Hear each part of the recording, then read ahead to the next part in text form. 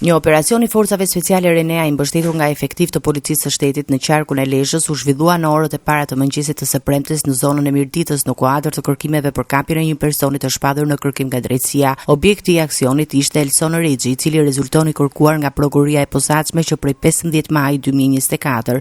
Sipas burimeve nga hetimit, operacioni u ndërmor pas informacioneve operative që sugjeronin se ai mund të ishte futur ditët e fundit në territorin shqiptar. Forcat e rendit ushtronin kontrolle të në banesën e tij në Mirdicë, si edhe në disa ambiente të tjera të dyshuara për strehim të mundshëm, por pa arritur ta lokalizojnë personin e kërkuar. Pas verifikimeve në terren u konstatua se në zonë kishte hyrë vetëm vëllai i tij dhe jo vetë Elson Rexhi, çka çoi në përfundimin se informacioni fillestar nuk ishte konfirmuar. Sipas dosjes hetimore, Rexhi akuzohet se ka siguruar kushtet dhe mjetet për një atentat me eksploziv ndaj Preng Gjinit, në ngjarje ndodhur në 15 shtator 2015 në zonën e Urës së Selitës në Tiranë, ku viktim mbeti plagosur pas shpërthimit të tritolit në automjet. Ai rezulton gjithashtu i lidhur familjarisht me Kastriot Rexhin, i cili u vra në një atentat me snajper në janar të vitit 2020 në Reshen. Policia dhe Renea vijojnë kontrollet për verifikimin në terren, ndërsa operacioni konsiderohet pjesë e kërkimeve intensive për kapjen e personave të shpadur në kërkim nga SPAK.